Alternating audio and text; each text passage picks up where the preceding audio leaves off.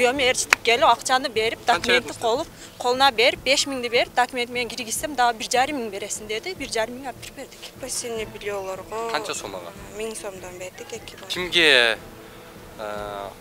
төлөдүңүз?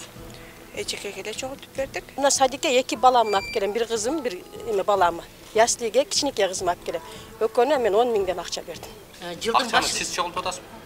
Жок, мен чогулткан жокмун. Ким чогултуп атат? Бизге төшөкөдө 1000 сомдон жыйганда айына 200дөн бересиңер дейт. Адан сырткары охранага да айынан 200дөн беребиз. Ай 5000 колуна бергенбиз, киргенбиз. Мен 1 жылдан бери балам 200дөн жыл элек. 4 балам менен 5 миң бере албайм деп 3 миң бергем. 3 миң менен бала деле садикке кирчү эле деп наразы болуп атып алган. Эгер сиздер бербесеңиздер, жетекчилер албайт. Берип коюп атат турбайбы? Байкуш ата-энелер бербегиле. Силер берип койсоңор алып алат экен да. Бербеңиздер. 13 кило жеш керек экен күнүнө эт. Эми 13 кило жейт. Бир күн 15 кило жейт, бир күн 10 кило жейт. 13 килограмм болуп атса, сиз бу жакта 6 килограмм кылып атсаңыз, тең жарымы салынбай калып атпайбы балдарга? Жок, мына там бүгүн шуну жептир да обедте. Обедке риск болсо? Обедте жок, рис эмес эме, лапша. Могу жакта бир эт жок го, жем болбосо. Балт эме еттени балдар берип жейт да. Эжекеге шешепке деп 20 миң акча бергенбиз. Мен бул эжекени ким экендигин мен тааныбаймын, көргөн дагы эмесмин. Биринчиден, бул 20 миң боюнча ызычуу кылып сүйлөбөй эле койгула. Сизди мактап аткан. Бирок мен муну билген эмесмин. Ошондо акчаны сизге тиешеси болуп атабы? Бизге сиз бекер жасап атасызбы аны? Жок, ушул ата-энелердин топтогон акчасыга жасап атабыз. Анын эмеси бар экен, ошо акчаны кимден алдыңыз сиз? Аны мен эч кимден алган жокмун. Хорошо, чара көрөбүз, эгер көзөмөлдү алып. Айнын көзөмөлдү. Ал жакта машина болду. Сиз көзөмөлдөп бересизби? Депутатка. Биз көзөмөлдөп беребиз. Жүрүңүз. Биз укук коргоо органдарына көрсөтөлү агай сизге. Президент деле текка чыгып иштеп атпайбы? Сиз биринчи этажга түшүп ата-энелер менен жолугуп койбойсузбу? Макул, жүргүлө. Кандай болуп атат мында элдин жашоосу? Ошто? Элдин жашоосу жакшы. Нелери жакшы? Кайсы жак жакшы болот? Кайсыл жагын айтайын? Жакшы деген жагыңызды айтып бериңиз. Жакшы деген жагы элдин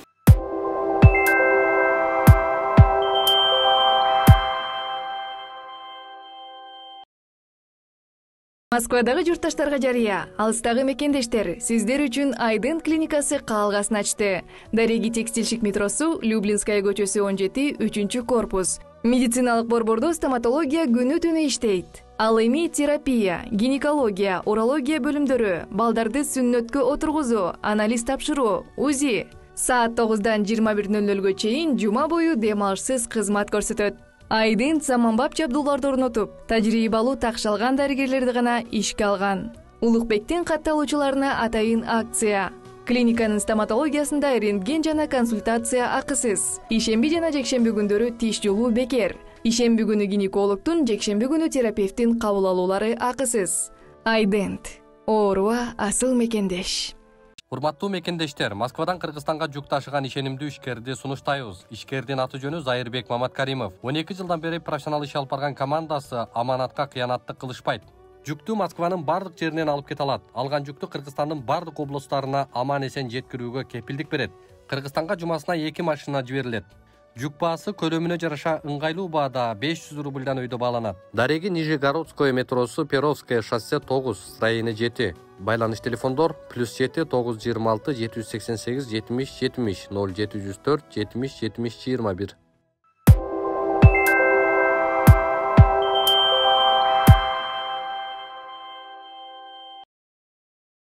Саламатсыздарбы урматтуу көрөрмандар, биз азыр Ош шаарындагы Мээрим балдар бакчасына келдик.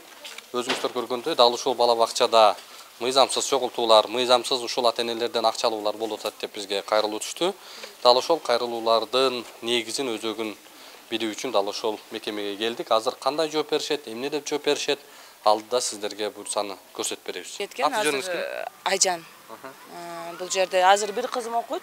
Азыр бул жерде бизге төшөкөдө 1000 сомдон жыйганда, болгула батыраак тезден деп 5 ай болду жыйганына, бирок эме идиш аяктарын, садиктеги төшөктөрүн бизге жөнөткөн. Аябай эски, 8 жылдан бери алмаша элек деп. Бирок бизден акчаны прям давить этип жыйып алды дагы, 5 айдан бери шешип, чайнектери сынык алмашыла эле экен. Ошону биз кече 2-3 күн мурда билдик. билип, анан ошол жөнүндө группада заведующий да бар, даттансак, турат акчаңарды жеп алган жокмун, мен кылып берем, отчет менен берем. Анан биз сурандык, 5 айдан бери эме кылып бербейсиздерби, биз ошол таза шейшепке, таза идишке чай ичсин деп, биз топтоп бергенбиз ал акчаны десек, мен жеп алган жокмун, отчетун Сармайда кылып берип коем деди, бирок 5 айдан бери алмашы элек. Сармайда кылып берелек азыр? Берелек, 5 ай болду да. Биз ошол таза шейшепке, таза идишке ичсин деп бергенбиз да, чынында айла жоктугунанчы, болуптур деп. Эми 1 марттан орус тил, бул өзү орус садик, бирок 1 марттан орус тил сабагын өтүп баштады, 200дөн кружокко бересиңер деп бизге предупреждение бербейли, айын 200дөн бересиңер дейт. Адан сырткары охранага да айынан 200дөн беребиз. Ай сайын 200дөн. Мамлекет тараптан, шаардык кеңеш тараптан бекитилген саплата бар да? Ооба. Кошумча төлөм. Ошол кошумча төлөмдү канча экенин билесизби? Жок. Кантип төлөйсүз акчаны сиз? 800 акчаны садиктикин терминалга салабыз. 200дү бул жактан балабыздан киргенде беребиз. Колуна бересиз, э? Ооба. Бул боюнча бул бала бакчанын заведующий билеби? Билет.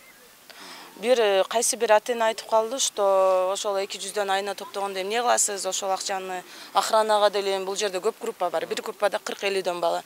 Эмне кыласыз десе, мен ал акчага мына решеткаларды, бирдемелерди жасаттам деп, ушинтип айтты деп группада бир ата-эне айтты. Род комитет окшойт, по-моему. Түшүнүктүү. Ата-энелер комитети барбы азыр? Келдиби? Ошону чакырбайсыздар. Дагы ким келди ата-эне? Сиз канча бересиз? 1000 сом беребиз. Аты жөнүңүз ким? Самара. Бул жакта балаңыз окуйт. Ооба, 2 кызым бар. Канча сомдон бересиз? 800 сом питаниясына төлөйбүз, анан 200 сом за охрана беребиз. 200 сом. Кантип төлөйсүз? Акчаныбы? Неме менен эле терминалга салабыз питаниясын. 200 сомду эжекенин колуна беребиз. Андан сырткары дагы кандай кошумча? Ошо жана орус тилдеде ошол кошумчасы бар. Сиз да бердиңизби жана шейшептерди алмаштырганга? Ооба. 1,5 миңден 1000 сомдон сентябрда эле берип бүткөнбүз аларды. Бирок да ишик бериле экен да шейшептери. Түшүнүктүү. 800дөн төлөйбүз. Как положено, чеги менен, картасы менен. Картасына которобуз. 200 отдельно наличка колдоруна беребиз. Кимге бересиз? Охранникке деп. Ким алат аны? Ушул эжекесине эле беребиз. Андан башка дагы эмне чогултуулар? Башка чогултуулар ремонтко деп 550 сомдон ушундай чогултту. Качан чогултту? Жакын эле 1 ай болду элек. Анан эми жаңы эме башталып атат, 200дөн орус тил кружогуна деп. Кошумча. 200дөн бересиңер, кааласаңар, каалабасаңар ошо үйрөтөт деп. Эми 50 баланын арасында кайсы бала үйрөнөт? 1 саат ичинде орус тилин турабы? 50 бала окуйбу? Эми 50 деп жазышат. Мен точно так санын билбейм. Ошол эми азыр ата-энелер менен келдик. Андан сырткары эми эмелерине, пастелдерине чогулттук, шейшептерине, канча сом кетти? Посудаларына бергендер 1000ден, 1,5 миңден, 2 миңден чогултканбыз. Сиз канча сом бердиңиз? Мен 1000 сом эле бердим, 4 балам бар. Шартым жетишпейт. Көп бергенге. Сиз 4 балаңыз ушул жерде окуйбу? Жок, 2 балам мектепте, мына Керметоодо окуйт. 1 балам садикте, бирөөсү колунда. Шартка байланыштуу 1000 сом эле бердим. Түшүнүктүү. Сиз Саламатсыздарбы, бизде деле ошондой. Аты жөнүңүз ким? Аты жөнүм Фатима. Мен 2 балам бул жакта окуйт. Анан охранникке чогултушат ошо 200 сомдон. Анан бир алгандар бар, бир албагандар бар да ай сайын чогултушат. Андан кийин байкында эле ремонтко чогултушту. Мисалы биз частныйга берип, ошо частныйда төлөй албаган себептен мамлекетке бергенбиз да, арзаныраак болобу депчи. Анан оказывается ошо мамлекеттики менен частный бирдей болуп калат экен да, жанакы чогултмалары менен. Сиз мындай аргументтүү айтсаңыз, канча бир айда канча сом расход сурап атат? Чыгым. Эмнелерге бердиңиз? Байкы эмесиге бердик, бассейн билиолорго. Канча сом ага? 1000 сомдон бердик 2 балага. Канчасында бердиңиз? Кайсы айда? 4 ай 5 ай болду. Ооба, 4 ай 5 ай мурда бердик. Алмаштырып азыр? Жок, алмаштыра эле экен. Анан очередь деп эме кылыптыр да. Ага деде түшүнбөйт. Кандай очередь? Биз өзү ата-энелердин акчасы болсо, анан без очередь эле кылып берсе болот да. Кимге төлөдүңүз? Эчекеге эле чогултуп бердик. Шешептин акчалары бирок азыр заведующий. Я. Шешептин акчалары заведующийде экен, эчекеде эмес. Ким айтты аны? Ата-энелер комитети. Ошого тапшырышыптыр да. А посудаларына өзүбүз алып бердик дейт. А шешепти өзүм окшош кылам деген үчүн заведующийге беришиптир акчасын. Биз ошол 2-3 күн мурун группада сүйлөшүп калдык. Шешептер не болду деп мен төрөгөндөн бери келе албадым да садикке. Шешептер пока жок дейт. Биз ошого ата-энелер көтөрүш кылдык. Неге 5 айдан бери, уже 3 айдан кийин балдарыбыз мектепке өтөт. А биз акчаны бергенибизге 5 ай болду. Жаңы жылга чейин алган турбайбы? Ооба, уже садик башталгандан баштап эле кокуй кышка чейин жаңылаш керек. 8 жылдан бери алмаша элек деп ошонткенден балдарыбыз жаңы шешепте жатсын деп акча чогултканбыз. Аты жөнүңүз ким апа? Менин атым Касиет. Ушул жерден эрим садикке бергем. Бириси келе албай калды. Өзүнүн немесине байламышты, көнбөй койду. А экинчи неберем бергенмин. Ушул охранага бизге акча чыгымы ошол болот охрана. Бала бакчадагы акча чогултуулар. Акча чогултуулар бизге. Кайсы бала бакча? Мерим. 166. Канча сом төлөйсүз айына? Айына 1000 сом төлөйм. Питание мен охранага кошуп. Кантип төлөйсүз аны? Чек менен дейт, мен чекке которо алган үчүн жөн эле мальчикелер воспитательный берем. Аты жөнүңүз ким? Айзирек. Айзирек, бала бакча боюнча сиздин оюңуз? Мен былтыр балам бергем. Ошо өзүм балам кичинекей болчу, жаңы төрөлгөн болчу бул. Буну сүдүрөп келсем, "Эмне келдиң?" деп кууп чыккан мени. Мына заведующий өзү. Документтерин даярдап келдим, өчүрткө койдум. Андан кийин өчүртү утуруп карап турдум. Карасам өйдө эле чип кетти, паскка түшкөн жок. Алдыга жылбай атат. Аны электрондук өчүрөт. Электрондук өчүртү. Значит, менин балам акча берсем, анан кирет экен дедим. 5000 көтөрүп, документин көтөрүп келдим, эже кууп чыкты мени. Мына балам сүрөп келдим, берки балам жетелеп келдим. Барып эмне кылтасың бу жерде? Сенин ишиң жок деди меничи. Анан мен күйөөм ээрчитип келдим. Күйөөм ээрчитип келип, акчаны берип, документти колуна берип, 5000 берип, документ менен киргизсем, дагы 1,5 миң бересиң деди. 1,5 миң алып берип бердик. Ишо андан кийин, киргизип атканда. Ишо андан кийин ошо шешеп, мешеп тиги бусуна берип атабыз. Мына ротация менен алмаштырган бала бакчанын жетекчилиги. Жоо мына ушундай. Бул жерде 100% ата-эне 5000 берип анан кирет. Сиздер киргенде канча алган? Мен бизден деле 5000 алган. Бул эже эмес, заведующий башка болчу. 2 жыл мурун келгенбиз, 5000 колуна бергенбиз, киргенбиз. Бул жерде салт турбайбы, 5000 Бизден деле 5000 сураганда 4 балам менен 5000 бере албайм деп 3000 бергем. 3000 менен бала деле садикке кирчү эле деп наразы болуп атып алган. Бизде деле 5000 берип киргенбиз, акчаны берип эле. Кайсы эжеге бердиңиздер? Мен Рахим эжеге эле бергенбиз да. Рахим эжеге эле бергенбиз. А биз очерт электронный дейт, электронный койгонбуз, бизге алдыга кетпейт электронный, артка кетет. Мен 1 жылдан бери балам 200дөн жыл элек. Мына, урматтуу Ош шаарынын прокуратурасы. Мына сиздерге иш. Коррупцияны таппай атасыздарбы? Коррупция кызык болуп атабы? Мына ушул айтып берип атат. Бала бакчалардан баштагыла, мектептерден баштагыла. Сиз канча сом бергенсиз? Мен биринчи келгенде мындай сурады. Документтерин алып келип тапшырдым. Тапшырсам, ичине канча сом салдың деди. Анан кийин 4000 салдым дедим. Ким айтып атат? Рахима эжеке. Азыр мен азыркы. Мен азыр мына садикке 2 баламды алып келем, бир кызым, бир баламы. Яслиге кичинекей кызымды алып келем. Экөөнө мен 10 миңден акча бердим. Куруттай кылып. Канча миң салдың деди. Мен 8 миң, экөөнө 4 миңден 8 миң салдым дедим. Мына дедим. Десем ачып туруп жок болбойт деди. 10 миң алып келдим деди. 10 миңди куруттай кылып колуна карматтым, кийинкисин анан эмесин бердим. Питание. Содалашат экенсиздер да? 8 берет экенсиздер. Карайт экен, анан жок 10 миң кыл дейт экен, анан. Биринчи кетирүүдү мени дагычы болбойт болду деп. Документтериң нормальный дедим, нормальный деди. Анда эме кыл деди. Сөз жок. Очеретим 200дө турат да сих пор. Былтыр койгом ошо бойдон турат. Азыр 5000 акча табышым керек, анан беришим керек. Ошон үчүн балам бере албай жүрөм мен деле. Мына ушул өспүрүм, ушул келечектин, ушул балдардын укугу мына ушул жерден чечилип атат да, ушул жерден. Мына ылдык эле садикте угуп атабыз, жомок деген ал деле мамлекеттик садик, андан албайт деп угуп атабыз. Акча бербей эле киребиз биз. Очерет менен алат деп ата-энелер деле угуп калдык. Меримге кириш оңой, жомок кыйыныраак депчи. Меримге акча берсе алып берет деп. Ошентип бул жакта ошон үчүн бала көбүрөөк. Мына ушунун эмне күнөөсү бар да, ушул балдардын эмне күнөөсү бар, неси үчүн, эмне кылганы үчүн ушулар өзүнүн укугун, мыйзамдуу укугун пайдаланыша албайт да мындай. Өзү негизи ошо мамлекет беришибиз керекпи? 5000ден. Мындай кириш үчүн 5000ден беришибиз керекпи? Анан бизден эмнеге алып атат? Болбосо мындай до конца очередти күтсүн да, баланы электронный аны карабайт да, карабайт, ооба. Эмнеге электрондоштурат, анан эмнеге акчасын алып атат ортодо эле? Электронный кезегиңиз келмек. Келбейт вообще. Деле алды го. Спонсор. Сиздин кезегиңиз өтүп кетти беле? Мен кезегим 1,5 жыл күттүм. Анан сентябрда келсем, уже кезең келиптир дейт. Менен кийин канча баланын кезеги келген электронный очередь боюнча. Ан кайра эле спонсор болуп берип 5000 бересиң деди. Мен 5000 бере албайм деп 3000 бердим. Ошол акча кезегиңиз келсе деле акча берип киргиздик да. Сизден канча алды? 12 миң сразу колуна бергем мен. Эки кызымы бергем. Мына Рахиме эжекеге. Азыркы жетекчиге. Ооба. 12 миң алды сизден, Ооба, 6 миң. Эң эле крупный сиз түшкөн турбайсызбы анда? Элдерден 5 миң эле алып турган, менден 6 миң алды дейм ба. Мен эки кызымы сразу алып кирдим да ошондо. Кирерге ата-энелер киргиле. Кечиресиз беке, сиз мен атым Улукбек, журналистмин. Сиз канча айлык аласыз мындай? Мага 12 миң айлык берет. Каяктан? Агентстводан берет.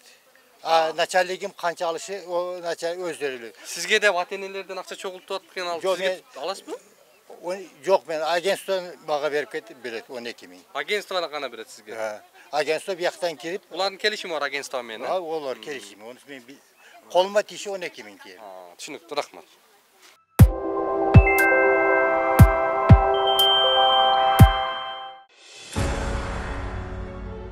Урматтуу мекендешим, өз үйүң, өлөң төшөгүң демекчи, бул заманда жеке турак жайлуу болууга эмне жетсин? Бул муктаждык боюнча ойлонуп жүргөн болсоңуз, биз сизге жакшы тандоо сунуштайбыз. Азыр мен турган жер Ылдыйкы Жал кичи районундагы Үмүт строй компаниясы куруп жаткан Мурас көп кабаттуу объектиси. Эмне себептен Үмүт строй компаниясын сиздерге сунуштап жатам? Бул биринчи кезекте документациясындагы тактык жана тазалыгында. Келечекте үйүңүздүн документине байланыштуу эч кандай кыйынчылыкка дуушар болбойсуз. Бул критерий учурдун эң негизги көңүл бурчу маселеси болушу шарт. Экинчи жагдай, курулуп жаткан үйдүн сапаттуулугунда Үмүт строй курулуш компаниясы сейсмологиялык коопсуздукка жана курулуш норма эрежелерин толук сактоого кепилдик берет. Аталган турак жай 10 кабаттуу комфорт класстагы Ылдыйкы Жал кичи районундагы Курчатова 23 дарегинде жайгашкан. Ошондой эле бала бакча, мектеп, жогорку окуу жайлары, поликлиника жана ири соода борборлору кадам сайын кезигет. Эң башкысы, узак мөөнөткө 33 айга бөлүп төлөө мүмкүнчүлүгүнө ээ болосуз. Мурас көп кабаттуу объектисин 2025 жылдын 2 кварталында өз ээлерине тапшырууну пландашууда. Толук маалымат алуу үчүн дарегибиз Жаманбаева 36/1, байланыш телефондор 0501 44 22 22, 0221 44 22 22. Баса, бул курулуп жаткан көп кабаттуу үйдүн курулуш норма эрежелерин сактап куруусуна биз өз көзөмөлүбүздү жүргүзүп турабыз, андыктан кабатырланууга негиз жок.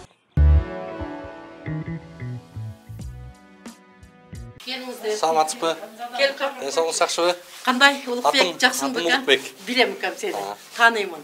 Мен дагы ушу сага жетпей жүргөн эжелериңди билем. Рахмат. Молодец кам, келгениңе миң марта. Рахмат. Чоң рахмат. Ооба, жакшы болуп туркам. Бала бакчаңыздарга келип калдык. Ооба. Ушу сага өзүм барайын деп. Сиз заведующийсиз, Мен заведующий Матраим кызы Рахимамын. Бу жерге келгениме былтыр 22 апрелде келгемин. Жаңы келген Жаңы келдим, ротация менен келдим. Улукбек, мен сени аябай жакшы билем кам, сыйлайм. Рахмат. Мындай элдин көйгөйүнү угузуп, муну элге жеткире бериш бардыгы эле жага бербейт, өзүң билесиң. Чындыкты айткан жетекчилерди дагы куугунтуктайт, аны дагы жакшы билесиң. Андан кийин мен дагы ошондой чындыкка тике караган жетекчи эжеңердин. Чындыкка тике карайсыз. Чындыкка тике караган. Чындыкты колдойсуз. Колдоймун, өмүр бою колдойм. Эме кылбайлыбы? Азыр ашканадан баштабайлыбы? Ашканаңыз каякта? Ашканам бул жакта. Ашканама азыр эгерде ашканабызга кирип калсак, халат бердиңби? Халат менен эме коюңуз, чепчиктерди. Халат менен кирейин. Жакшы, сиз канча ай болду ушунда келгендигиңизге берген? Келген эртең апрелдин 22-синде 1 жыл болот. Дээрлик 1 жыл убакыт өтүп. Буга чейин, Улукбек, буга чейин мен шаарда мына мостун башында 13-чү кыял балдар бакчасы бар. 13-чү кыял балдар бакчасы. Ошол 13-чү кыял балдар бакчасына келип ошо жерде 13 жыл иштеп, ал жер мен келгенде вообще брошенный. Баягы өзүңөр жакшы билгендей, баягы Жалил Атамбаев деген биздин шаарда атактуу адам бар. Жана бизнесмен деп атышты беле? Ошол жерге генпланга киргизип койгон экен. Благоустроение дом курабыз деп. Талашып атабы ошол? Жок, ошол мен заведующий болуп келгенимде ошол Эми брошенный экен да, детсад вообще брошенный, ал типовойда садик эмес экен. Ошол киргизип койгон экен. Анан мен келип калгандан кийин эле ойлонушуп, ушуну сени башка жака садикке которсок, бу жерге үй салсак деп. Ал мезгилде адамдар мындай благоустроение үй менен анча эле мындай түшүнүгү жок эле. Анан түшүнүктүү. Анан ошо жерде иштеп, ошол садик менен бүтүндөй өмүрүмдү арнап күрөштүм. Көп жыл иштеген турбайсыз бала. Көп иштедим. Күрөштүм. Күрөш менен өмүрүм өттү, мындайча айтсак. Каерде бала ашканыңыз? Күрөш менен өмүрүм өттү. Күрөш менен өмүрүм өтүп, бирок Бияка келип күрөш улантып отурган турбайсызбы? Саламатсызбы? Кандай иштер? Мынау келгениме ушул бу жерге 1 жылга жакын убакыт болду. Анан келгенимде эле ооба биз сразу түшүнөбүз, сразу билебиз бу жерде аябай кемчилдик көп экен. Анан мына ушул кухнясы балдар заман бар. Идиштеринен баштайлычы. Кайсы идиштери барбы? Идиштерин көрөлү. Жок, биздин кухнянын идиштери кухняда өзү эле мындай лайктуу идиштер болот кухняга. Жок, балдарга. Балдардын идиштери ар биринин өзүнүн немесинде болот. Ошол жака барайлыбы? Бул кухнянын өзүнүн балдарга тамак берүүчү, бул биринчи, экинчи блюдолорубуз, балдар тамак жей турган идишактар. Бардык өздөрүнүн группасында кухня бар. Жумаларга. Эртең менен не тамак бердиңиздер? Пишено. Дагы. Пиштилиш менен пишено беребиз эртең менен завтракка. Обедке биринчи, экинчи суп лапша менен шөлө болду. Лапша менен. Азыр бул эмне тамак болот бул? Эртеңкиге захана менювка. Бүгүнкү вот раскладка менювка бардыгы бар. Бүгүн канчасы? Бүгүн 13-март. Каерде турат датасы? 13-март мынобуда, э? Кумшекер. Так, мне завтрак. Суп пшённый, молочный. Хлеб, чай. И анан? Хлеб, чай. Бул завтракка берет. Бул обедте суп домашний, кеспе с мясом, шавля с мясом, хлеб, компот. Азыр обедке манна каша. Полдникка манна каша. Граммдар экен булар, молар? Ова. Это уже распечатка. Канча грамм болуш керек азыр? Süt 100 грамм берилиш керек экен, нан 30 грамм бериш керек экен. Холодильник как там муздаткыч? Холодильник. Бул эски холодильник. Мен келгенде ушул 500 балага ушул муздаткыч элеби? Эми токтоп тур, Улукбек, туура суроо бердиң. Мен келгенде 500 балага ушул муздаткыч бар экен. Ушул бир эле муздаткыч бар экен. Эт жокко буякта. Токтоп турсаң этти көрсөтөм, элен шашылбачы. Мынау ушул бир эле эме бар экен. Бир эле муздаткыч бар экен. Ана бир завкус кушап койду.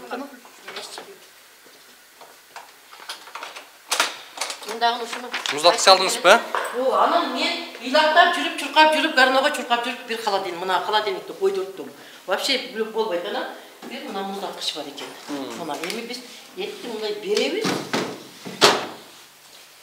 Ет экен бул, Ет. Тендер менен аласыздарбы? Тендер менен алабыз. Тендер менен текшерип аламын. Мен өзүм лично текшерип аламын. Сөөктүгүн алам. Не мисалы? Качан берилет бул эт? Эртеңкиге да. Эртеңки канча кило ушул берилеби? Эртең баланын саныга карап беребиз, Бүгүн канча бала келди? Бүгүн 595. 595 бала. Келбей калган күндөрү канча азайып калышы мүмкүн? Разница кандай болуп калат? Разница болуп калат. Кээде 100 бала келбей калат, кээде 50 бала келбей калат.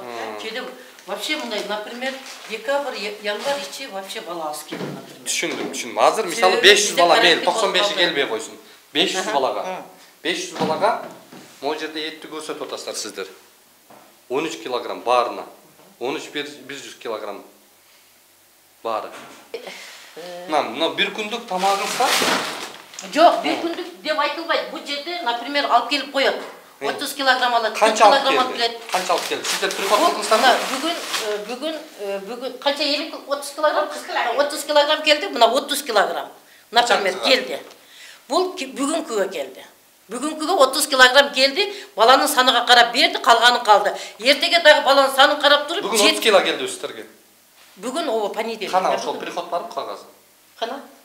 Неме? Эт алып келгенде сиздер тартып аласыздар да, мындай. Ооба, тартып, көрүп, текшерип алабыз. Бул бир күндө Жок, бир күндүк деп тендер алып келбейт. Биз заявканы берип кое беребиз. Mına bir cumalık, например, bugün verdik mi? Ertenki balanın sanı karayız. Mına jetse bereriz, jetpese daha zıvan desek alıp gelip veriyor da. Şey buradaki net, biz свежий alağız da. Гору deydi, детский сад, мясо 30 kilogram. Так, 15.450 сом болуптур, суммасы. А бұл қайсы датада келіп отады? Бұл қат датасы жазылса керек. Кече түштен понедельнике, воскресенье күні кечінде алып келді. 13 мартқа кен бұл. 30 килограмм алып келді. Бүгін алып келді. Понедельник алып келді. Бүгін алып келген жоқ, мұны воскресенье күні кечқұрын тарқатады. Бүткендерше, себебі ертең менен кейін успеть етпей қалады да. Түсіндім. Шар, пробка, транспорт деген бар. 30 килограмм бүгін алып келді. Бүгін алып келді, обедте іштетілді. Мен қатып көреді мұна. 5.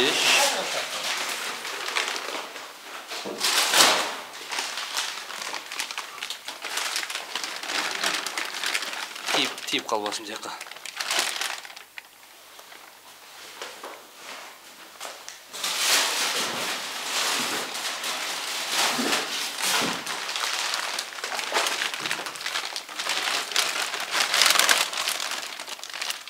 Sen antbe мындай тартып кінәлап бөліп қойып отырсың. Мына общийле тарталы.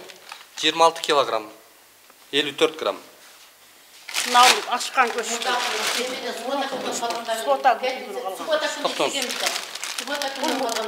көштен. Мұрынқы көшкен. Балағырақ тұралып қойғым да. Түсіндім. Мына 23-88 дейлі. 30-дан кемітсеңіз 23-88.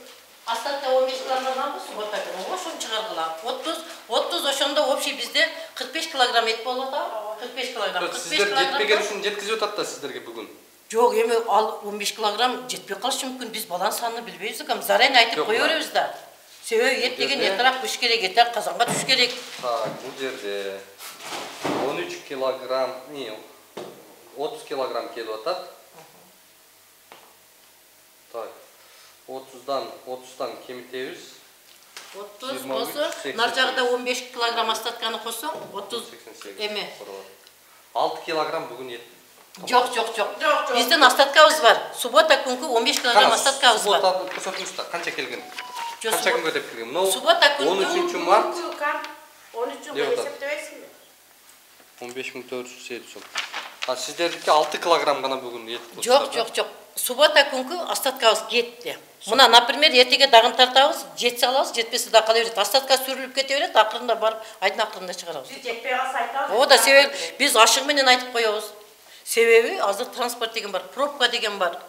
Андай мен ешқандай бұл етке бір қиянаттық қылған адам емеспін, андай бұл бойындағы. Неге бүгін 6 килограмм шығып отады? Жоқ, 6 килограмм емес. Кечінде жетпей қалды деп сіздер маалымат бердіңіздер да. Бұл ет түгөнді дегеніңіздерден кейін бұлар жетіп береді. Аларчы тендерчилер сама собой еме 15 килограмм ет қалып отқан екен алып келе береді, алар тарқатып кетеді да. Берелі мен садикміз, бұл жерде 45 садик бар. Номері бар ма осы тендердің компаниясында? Сізде болуш керек та негізі. Ошо баранода бар деп бұлармен ешіп. Бұлар өздері алып келіп таштап кетеді, біз жетпей қалса звонок қыламыз алып келіп береді. Звонок қылыңызшы қазір. Менде жоқ. Звонок қылауыз деп отпайсыз сіз? О жерде жазулы. Қай жерден? Охранаға барып сұрасаңар. Жоқ, біз жазу албайбыз. Дармоға барсаңар бардық аттың қашқасын. Жоқ, сіздер азыр біз чалып айта қойыз алып келіп бере қойып отпайсыз ба? Ошо чалсаңыз. Ой, жетпесе біз бүгін беріп бүттік, кәм түсінатасың ба? Ертең жетпесе звонок қылауыз алып келіп береді. 6 килограмм қылыпсыздар да, негізі 13 килограмм қылыпсыздар керек. Холодильниктен неге мындай дағы?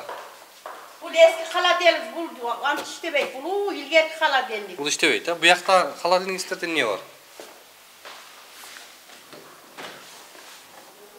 Бұл жақта сайвизде. Сайвиздар салып қойып, мастаткалар.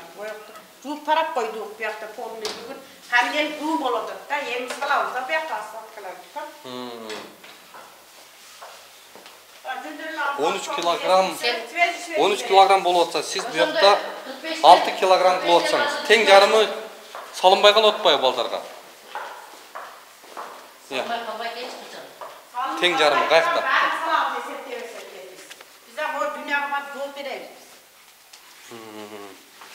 Кедагы нені көрсетейін айтқыла. идиш аяктарын көрсөтүп бериңизчи гана. Бүгүн эмне жегендерин. Улукбек, мына жактан баштайлы. Бу жакта 6 группам бар, бу жакта 6 группам бар. Бу жакты жүргүлө. Ошо идиш аяктарын көрсөтөйүн. Идиш аяктарга биздин эч кандай кеше жок менен, например, ата-энелер өздөрү алат, өздөрү берет. Мен вообще бул несеге аралашпайм, аралашканга делбейм. Мен аябай жакшы билем муну. Мына ушул жак, мына 6 группа бар. Сага кыскача маалымат берип коеюн. Анан бу жерде ошол былтыры апрелде келген болсом, апрелде келдим, май өттү, ызы-чубай ротацияларды көрдүңөр. Анан кийин шашылба. Рас ушунча келдиңби? Мен сага жетпей жүрөт элем да, туруп тур. Мен маалымат берип коеюн сага. Биринчи маалымат берейин, ошого караңыз. Шашылба укам, эч шашылба. Мен дагы убагында сенде да кыйын болгонмун. Анан кийин бу жерге келгенден кийин ушул жакты полный ремонт кылдык. 3 айда ремонт кылдым. Аны мен сага өзүчө отурганда айтып беремин. Мына каяктан ремонт кылдыңыздар? Бюджеттен бөлүнүп акча? Бюджеттен акча бөлдүрдүм. Чуркап жүрөм, бюджеттен акча бөлүштүрүп билесиң го. Тем более биз бюджеттен акча бөлүнүп Кайсы айда жасадыңыз ошондо? 1 жыл болуп келгендиңизде. Ооба. Канча ай болду жасаганыңыз? Канча былтыркы эмеде да, былтыркы каникулда жасадык. Каникул болгондо июнь, июль, августтун акырында. Эми аны канча каражат кетти жалпы? Жалпы общий бу жерде капитальный ремонт, ушул жакка капитальный ремонт болду. Мына плафондорду алмаштырдым. Аны кабинетиме киргенде. Баары жасалган турбайбы? Бардыгы жасалган. Сонун көрсөтүп берем. Жасалганды да. Муктаж эмеспи? Вай, муктаж, мындай муктаж. Азыр ушул подъезд эле, бул подъезд эле азыр көрсөтөйүн деп атам. Мына азыр мен эмгегимди карап кой деп атам да. Мына бул ремонт болунган жак. Ыйлап жүрүп, чоңдорго жаман көрүнүп жүрүп, акча бөлүнүп жасаганым ушул. Мына бардыгын карап атам. Мына группаны эмес экен. 8 сүйлөлүү балдар. Бул кухнясы. Мына кухнясы экен. Мына бул идиш аяктары. Бул идиш аяктарынын бардыгыны ата-энелер өздөрү акча чогултуп өздөрү алып берет. Бардык жерде ушундай. Бул эмеси гана, могу тамактан ашыптыр, э? Жок, бул балдардан калган эмес экен, билбейм. Жок, мына бүгүн шуну жептир да, обедте. Обедте рис кылдыңыздар? Обедте, жок, рис эмес, лапша. Жок, могу лапша. Рис болот атпайбы? Эми лапшасы менен аралашкан, э? Бул балдардан калган тамактарды акырына куюп коюптан. Балдардан калган. Могу жакта бир эт жок го, же могу кашам? Эми еттини балдар терип жейт да. Кызыгы келсин. Жок, могу ашкан тамакта эт жок болот атпайбы? Балдардын эмеси. Эми мага саплатаны айтып коюңузчу. Саплатаны каяктан көрсөтүп бересиз? Нени? Саплатасын. Кошумча төлөм. Кошумча, кандай кошумча төлөмдө? Гор кеңештен бекитилгенби тариф? Гор кеңештен бекитилсе керек. Кайсы плата боюнча? Саплата менен бул мамлекеттик да. Ооба. Саплата болот да. Ооба. Жок, мыналарга бөлүнгөн акчаны? Ремонтко бөлүнгөн акчаны айтасыңбы? Кошумча төлөм ата-энелерден. Жок, кошумча төлөм ата-энелерди бул мурда качан ата-энелердин өзүнүн инициативасы менен көтөрүлгөн бул.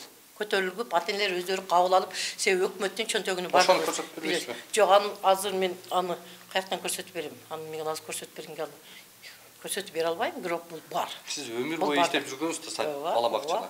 Бала бакчада кошумча төлөм бар, саплата болот. Ооба. Ушул да 200 сом да, ушул 200 сом. 800 сом эмнеге төлөп атасыз? 800 сом бул питанияныкы. 800 сом бул питаниянын акчасы. Питаниянын акчасыны алар өзүң билесиң, банкка төлөйт, банктан ары. Ошо эмне негизинде төлөйт? Эмнени оплатаны? Питанияныбы? Билбейм, эмне негизинде төлөйт. Кандай эмне негизинде? Эмне негизинде төлөнөт? Мен түшүнбөй калдым сурооңу. Жок. Оплата төлөнөт, ал төлөнүп келгенде ошол гор кеңештин, конечно, 800 сом бул мурда 150 сом эле, кийин 350 сом болду, кийин 500 сом болду, кийин 800 сом болуп гор кеңештен бекитилип, баягы кымбат, ошода мен түшүнбөй калдым. Ошол кымбатчылыкка, продуктанын кымбаттаганына байланыштуу. Ал кошумча төлөм деп айтылат, аны шаардык кеңеш атайын бекитип берет. Бекитет, ооба. Мынанча сомдон ата-энелер официалдуу түрдө төлөйт. Ооба, бирок биз муну питание деп түшүнөбүз да, питание тамашка болгон төлөм деп. Болду, түшүндүм. Токтом, шаардык кеңештин токтому. Ооба, шаардык кеңештин токтому. Ошол токтомдо 800 канча сом деп атат? 800 сом. Түшүндүм. 800 сом. 800 сомдон башка акча чогултуу. Бул бюджеттик эмес чогултуу болот дагы. Бул мыйзамсыз болот. Бул 800 сомдон ал мыйзамдуу гор кеңеште бекитилген. Анан 544 сом бар. 1 жылда 1 жолку ремонт бар. Эми акча боюнча азыр интернетти баарыбыз көрүп атабыз. Баары жарылып атат. Аны биз дагы карап, как Кыргызстандын жараны катары дагы ушул бала бакчада башыбыз менен ушул нерселерди өткөрүп аткандыгыбыз үчүн дагы мен кайдыгер эмесмин. Например, бардыгын билем, 544 сом бир жылда бир жолу. Каерде көрсөтүлгөн ал? Ал добровольный бар, Гароного барсаңар берет. Мунун токтому бар, Гаронода бар токтому, ушул бар. Болду, башка эч кандай. Охранага деп эмнеге акча чогултуп? Охранага ушул мурда баягы бир Жок, мурдагы айтпаңыз. Сиз 1 жыл болуп келгениңизден баштайлы. 1 жылдан кийинкине сүйлөшөлү. Сиз эмнеге чогултуп атасыз? Охранага саардан кечке ушул жерде охрана турат. Канча сом алат? 15,5 миң сом алат. Ким алат? Мен ошол охрана алат. Охрана калып 12 миң сом алат экен. 12 миң, 3,5 миң эмесиге беребиз. Түшүндүм. 200 сомдон бир эле мына азыркы мына экинчи младший группада канча бала окуйт? Группадабы? Эми группада макул, жөнү коелу, экimiz. Мына жерде 595 бала сизде катталып. Бүгүн 595 бала келет, эртеге 560 бала келет. Максимум 595 экен. 595 келет. Түшүндүм. 595 баладан 200 сомдон чогултуп атасыз. Буну кандай негиздемеге таянасыз? Эми токтоп тур, ооба, мен түшүндүм уже сени. Бул 200 сомду ошол ар бир ата-эне өзү берет. Жөн десеңиз болбойт ал. Жок, мен бул 200 сомду ошол воспитательдерге берет, бул мыламойшийге өзү негизи. Мыламойший менен охранага. Менден башка садиктерге дагы барып 119 миң сом чогулат экен айына. Ким айтты ушуну? Охранага деп. Ким айтты ушуну? 595ти көбөйттүм 200гө. Болуптур, ушуну мага Мына 119 миң сом. Жок, бул 119 миңди ошол ата-энелер өздөрү, мен азыр воспитательдерден да сен бир күн айткын, мен воспитательдерди топтоймун, списокты алып келесиз, списочный кылып туруп, мен отчетуну беремин. Отчетуну беремин кам. Мына мен сенден угатамбы жок. Жок, отчет. Ооба. Мыйзам шейшептерин көрөбүчү балдардын. Могу жактан эле көрөлү. Кайерде? Шейшепке деп канча сом чогулттуңуз? Жүр, азыр шейшеп, мына шейшеп канча чогултту.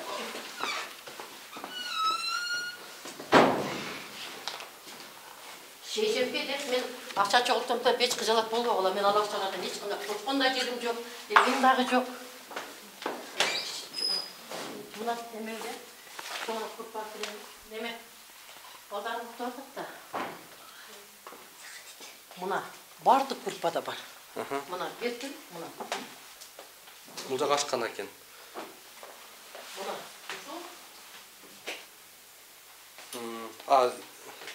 Мына. Ушул да мына уш тарап бардык ремонт болгон.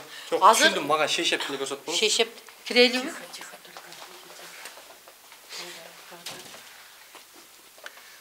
Шейшепке деп акча чогултупсуз. Жаңы алдыңызбы? Чогултканмын, жүр. Беремиз болду. Жок, кылып көрдүм мына. Шейшептерди көрсөтөйүн, бас шейшептин төшөктөрүндү көрсөтөйүн. Ап келгилечи. Аз кайсетен да. Немеге чекете жүрдү. Неме залда да.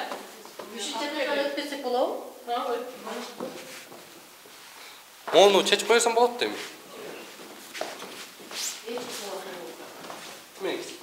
Gel. Ocaktan ötmedim. Sağ açıp. Mına, Ulukbek. Мынабы ушул мен жасаган азыр отчету бардыгы бар, бардык группаларда бар, просто балдарым уктап атат, азыр биринчи этажга түшөбүз.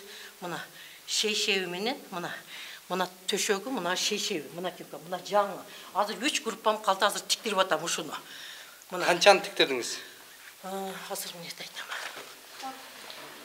Жазгам. Ата-энелер жылдын башы. Акчаны сиз чогултуп атасызбы? Жок, мен чогулткан жокмун. Ким чогултуп атат? Мен акчаны вообще чогулткан жокмун. Ким чогултуп атат? Акчаны эжекелери. Эжекелери ким айтып атат? Жок, токтоп тур. Мына родительский комитет. Родительский комитеттер. Родительский комитет, ооба. Мындай болгон, муну башына мен айтып берейин. Жылдын башында ата-энелер чогулуш өткөргөнбүз. Анан келсем чындыгында өтө брошенный. Мен мындай садикти вообще өзүм чын. Ошол жерде. Жок, шашылбай ук дейм, сен до конца укта. Мен мындай эле асмандагы сөздү айтып аткан жокмун. Жаман экен, жакшы кылсын деп сизди келиптирсиз. Анан ошондо чогулуш өткөрүп, ата-энелерге эми бардыгын эле мамлекеттен барып акча сурай берсең, өкмөттү билесиң. Түшүндүм. Анан баягы ата-энелер менен сүйлөшүп, ушул бардыгын мынандай экен, бирдей эмес, не стандарт.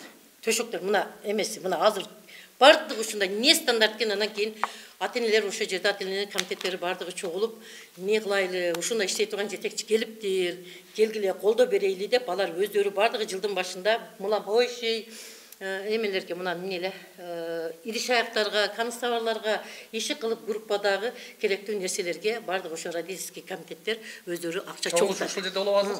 Ата-энелер чакырып келбейсизби анда сиз? Ооба, киресиң, ушул жерде өтөт. Эме чогулуш болуп анан кийин бардыгы. Анан 1000 сомдон эмеге чыгарышкан родительский комитеттер өздөрү. Мына эмне мына постельный бельего деп. Постельный бельего деп. Келиңиздер, отуруңуздар. Постельный бельего деп, анан кийин булар родительский комитеттер өздөрү канча чогултканын билбейбиз. Постельный бельего деп ар бир группадан 20 миңден акча чогултат. Мынакей, мына ошол. Мурдагылар. Жок, мына кечеки эле ушул мен келгендеги.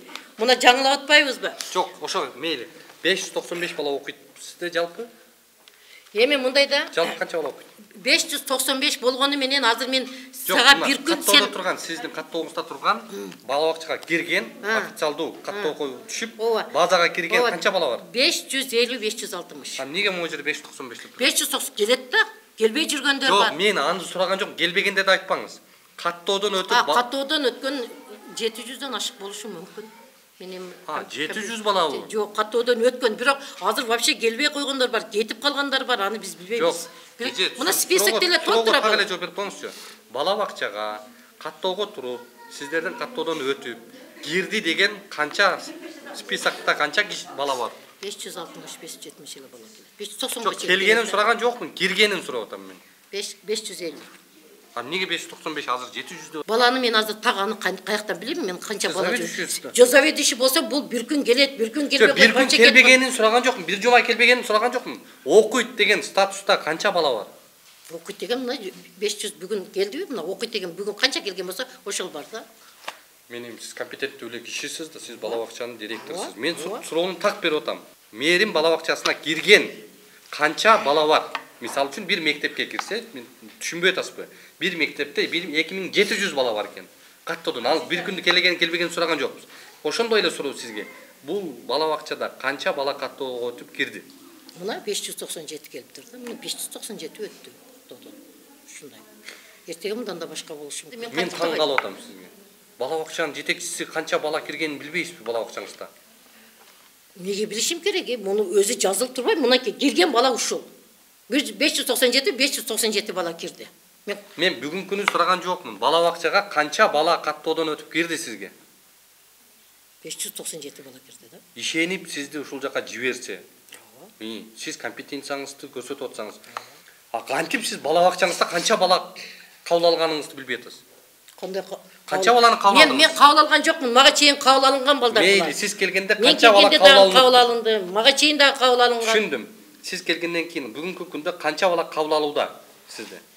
Келгенин сураган жокмун, кабыл алууду сурап атам. Канча бала кабыл алынган? Кабыл алынган эми так айтып берем да. Ким айтып берет? Сиз билесизби? Ким билет бул жакта? Бизде кабыл алуу өзү убакыт саат интернет немеде турат, электрон очередте. Балдардын саныга карап биз кабыл алабыз. Түшүндүм. Ошо канча бала кабыл алдыңыздар? Давайте этот вопрос чуть попозже решим. Собрание проведем, а потом будем вот это выяснять. Жок, максатың эмне? Ошону айтчы мага. Максатың эмне? Эмне максат менен келдиң? Эмне максат менен келдиң? Айтчы. Максатым жарандардын кайрылуулары менен. Кайсы жарандардын кайрылуулары менен келдиң? Эмне ушул ата-энелердин бардыгы жаран кайрылдыбы сага? Ооба. Не деп кайрылды? Мына айткылачы. Не деп кайрылды? Келип кеттиңиз деп кайрылды. Болуптур, мына келдиң. Келдим, сурап атам. О, сурасаң ушул. Мына келгениме 1 жыл болгон болсо, 1 жыл боло элек, мына эртең апрелде болот. Ушунча жан үзүп, мына ата-энелерди мен бүгүн чакырган жокмун, группада окуп, кайсы заведующий ушинтип группада отуруп ата-энеге мында кайдыгер карабай отурат. Мен 14 группам болсо, 14 группада ушу кайдыгер карабай, ата-энелеримдин сөзүн угуп, анан кийин ар бир комментарийге жооп бербей, менде ишим толтура. Анан ата-энелериме кеч айткам, кыздар, кегиле, жазыша бербей, келгиле бетме бет отуруп, мен, например, көпчүлүгүнү тааныбаймын, билбеймин, беттешип, мындай беттешип сүйлөшүп чечишкен. Может, бул жерде мен билбеген дагы көп бир маселелер болушу мүмкүн. Мен билбей калган мына ата-энелер көбүнчө мына постельный белье боюнча сурап бериптир. Мен ушуну бүгүн башка ата-энелериме дагы барып түшүндүрүп айткам. Ушул ата-энелериме дагы бүгүн түшүндүрүп айтып коеюн деп, мен бүгүн ата-энелеримди мындай честно эле, мындай бетме бет эле чакырганмын. Мен чакырганмын мындай. Ата-энелерден даттануу болуп атат. Сиз охранага деп акча чогултупсуз, шешептерге деп акча чогултупсуз, ремонтка деп акча чогултупсуз. Ошол боюнча жооп берип Ата энелер биринчи жолу садикке келип аткан жок болсо керек менимче. Же бул жерде асмандан түшүп эле бул акча чогултуу болуп аткан жери жок. Бул Кыргызстанды билбеймен. Ош шаарында канча жыл иштеген болсом, Ош шаарында бул 544 сом 1 жылдык ремонт болуп келген. 200 сомдук ата энелер, родительский комитеттер муну өз убагында чечип, муламойшиге охранага деп чогулткан. Анан мен танбаймын, эч качан. Неден? Мен чогултпаймын. Өзү 200 сомдон бул болуп келген ата энелер, мынайсыңар, мына силер буга чейин эле болсоңор. Болуп келиптир, ошону сурап атабыз. Эмне үчүн чогулттуңуз? Муламойшиге. Сиз тапшырма берип атасызбы ошону? Мен тапшырма берген жокмун, бул мага чейин болуп келген. Мен сиз келгенден кийинкини сурап атам. Эми сизге чейин балекеттин баары болушу мүмкүн да, бирок сиз оңдогону келдиңиз да буякта. Ооба. Ошо сиз келгенден кийин сурап атабыз. Акчаны сиз өзүңүз команда берип атасызбы кол астыңыздагыларга же өздөрү? Жок, мен команда берген жокмун, эч кандай команда берген жокмун. Бардыгы өздөрү топтойт. Эч кандай мен эч качан жөн эле койгула десеңиз да чогултуп атышабы? Мен жөн эле койгула деп айткан жокмун. Мен аны деген жоксуз. Чогулт деп мен эч качан ателерге мен 200 сом чогулткула деп мен эч качан айткан эмесмин. Жана 1000 сомдон моундай шейшептерге деп алыпсыз. Ал шейшептерге жалпы канча чогулду? Мен алган эмесмин. Ушул жерде родительский комитеттер бар. Давайте собрание проведем, а потом решим. Родительдерден сурайм. Келиңиз. Кимиңиздер айтасыздар? Мен аты Мунара. Ошо жалпы эле неме Келиңиз, жакыныраак барышыбыз керек экен. Мындайраак отуруңуздар анда, мына жерге келип алыңыздар астына эле. Келиңиздер, жылып алыңыздар астына эле. Же сиз келбейсиз мындайраак жакыныраак туруп. Ошол группадагы жетишсиз немелерге акча чогултканбыз. Анан бүт группага керектүү буюмдарды алып бергенбиз. Анан Нелерди? Челектер эскиргенкен, неме тарелкалар, кашыктар бүт бар эскиргенкен алып бергенбиз. Анан канцтоварлар. Качан алып бердиңиздер? Мен аны декабрга чейин алып бергенмин. Неме өзүмдөгү топтолгон акчага эжекеге Сиз комитетпи? Ооба. Эжекеге шейшепке деп 20 000 акча бергенбиз, бирок эжекени күтүп неме кылып атабыз, неме очередь. Кимге бердиңиздер? Эжекеге заведующийге берген. Бул эжеге бергенсизби? Ооба, шейшептерге депчи. Канча миң бердиңиз? 20 000. Кайсы айда бердиңиз? Лично в руки давал. Ооба. Кайсы айда бердиңиз? Неме Динарага бердиңиздерби? Жок, Динар эжекеге эмес. Неме 20 000ден шейшептерди өзүм тиктирип берем деп эжеке айткан. Анан мен акча бергем. Анан ошол шейшептер ушул күнгө чейин неме боло элек да, тиктирилип берилек биздин группа. Уже биздин группанын балдары арасында неме болгондору деле бар да. 2-3 айдан кийин мектепке кете тургандары бар. Бул эже заведующийдин колуна 20 000 бердиңиз. Ооба, бергем. Эмне деп алды? Ооба. Мен бул эжекени ким экендигин мен тааныбаймын, көргөн дагы эмесмин. Биринчиден, бул 20 000 боюнча ызычуу кылып сүйлөбөй эле койгула, мен ошол боюнча мына отчет берейин деп келгенмин. Эгер албасаңыз эмнеге отчет берип атасыз? Муну родительский комитеттер өздөрү топтоп, мына эжекелер мага мынанча заявка берген. Мына родительский комитеттер эжеке мынаны топтоду.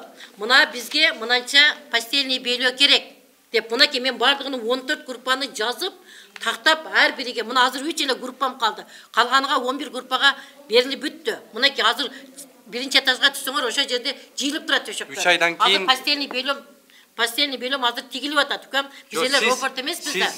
Тиешеңиз болуп атабы ошондо? Кайсыга? Акчага.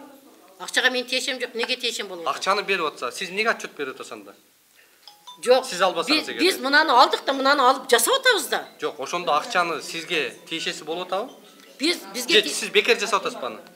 Жок, ушул ата энелердин топтогон акчасыга жасап атабыз. Эмнеси бар экен? Ошо акчаны кимден алдыңыз сиз?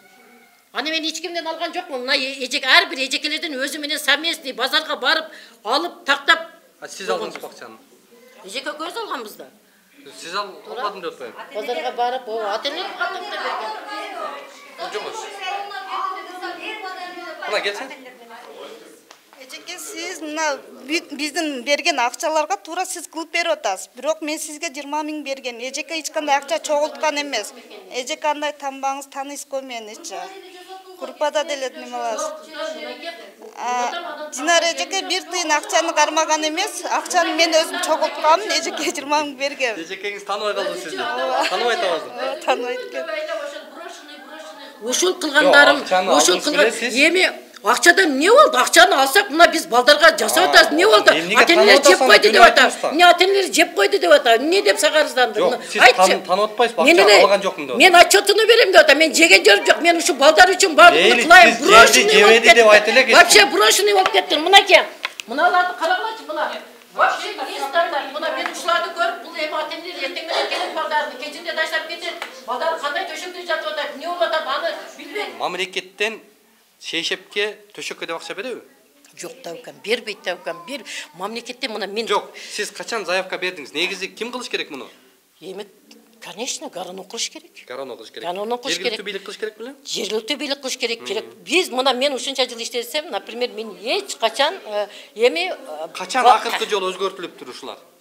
Акыркы жолу мына мен Динара эжекеден бүгүн тактадым да, Динара өзү негизи силер качандан алмаштыргансыңар десем, 3 жыл болду мага деди. Бул Сиз эми компетенттүү жетекчи заведующий болгондон кийин ушул нерсени элементардуу нерсени билишиңиз керек. Ал 800 сом бүгүнкү күндө шаардык кеңеш менен бекитип, ал мыйзам менен, токтом менен бекитилген. Андан башка тариф чогултуу бул мыйзамсыз. Так, эсептеңиз. 45.200 5200 плюс 10.080. И токто мынан общий жаз 45.200га мына 23.400. Группа мен жазайлы. Мына общий да. 22.000 45.200 23.400 кош. Мен айтайын. 23.400. Эми мына 20.150 кош. 20.150. 20.240. Плюс 20.240. 26.000. 24.700. 22.720. 26.560. 23.560. 25.240. 25.240. 28.600. 22.100. 19.500. Плюс 19.500. Барабар. Канча болду? 327.400 сом. 327.000. Ручка берип койгулачы неме? Ручка берип койчу. 327.400 сом акча чогултупсуз, а? Билбейм эми ушул берилген. Жок, андай эмес экен. 20.000ден эле бул жерде мына ашыгы менен мындан кетип атпайбы? Булар топтогону 20.000 эле ата-энелерге. Жок, ата-энелерде бир группада сиздерде канча ата-эне бар? Эми мындайда Улукбек бир группа. Эми токтоңуз, эми бир группада 40 тан ата-эне болсо, 20сынан алып, 20сынан албайсыздарбы? Мен аны билбеймин, эми аны мен бул акчага вообще аралашкан эмесмин. Муну родительский комитеттер өздөрү билет экен. Өздөрү постоянный белого 20. Кана бир родительский комитетиңиз. Родительский комитет 327.400 сом. Родительский комитет ким? Эже сиз группада канча? Сиздин группа канча? 56 бала бар. 56 бала. 56 бала болсо 56 баладан ар бирине 1000 сомдон алдыңыздар. Бирок баары толук берген эмес, арасында бербегендери да болду. Канчасы берди? 2000ден 1.5 бергендер бар ма айтпайсызбы? Эми 50 бала берди да. Кечине сабырсыздык болуп кеттир да. Кечине сабырсыздык болуп кеттир. Кечине майли, бирок эч нерсе эмес, бирок кечине сабырсыздык болуп кеттир да, баягы жан үзүп жан берип. Сабырсыздык эмес, сиз жана 200 сомдагы мыйзамсыз, 800 сомдон башка чогултуу бул мыйзамсыз. Майли. Болду, всё. Түшүндүм укам. Мен дагы интернетке аттын кашкасына кылып жазам эми, давайте токтоткула деп. Урматтуу көрөрмандар, мына өзүңүздөр күбө болгондой, биз азыр Ош шаарындагы Мерим балдар бакчасына келдик. Бул жерде ошол мектепке чейинки балдарды даярдоодо жетекчиликтин жообун уктуңуздар. Бирок мени таң калтырганы дал ушул мекемеде бир дагы бир суроомо жооп бере алышпады. Бул эң олуттуу мындай бир көйгөйлүү жагдай деп баа берсек болот. Анткени канча баланы кабыл алгандыгы тууралуу жетекчилик билбегендиги бул эмне деген көрүнүш, эмне деген жооп. Мына ушул жагдайды биз азыр дагы тийиштүү мекемелерден сурайбыз, чоо жайын чогуу көрөбүз. Жүрүңүздөр.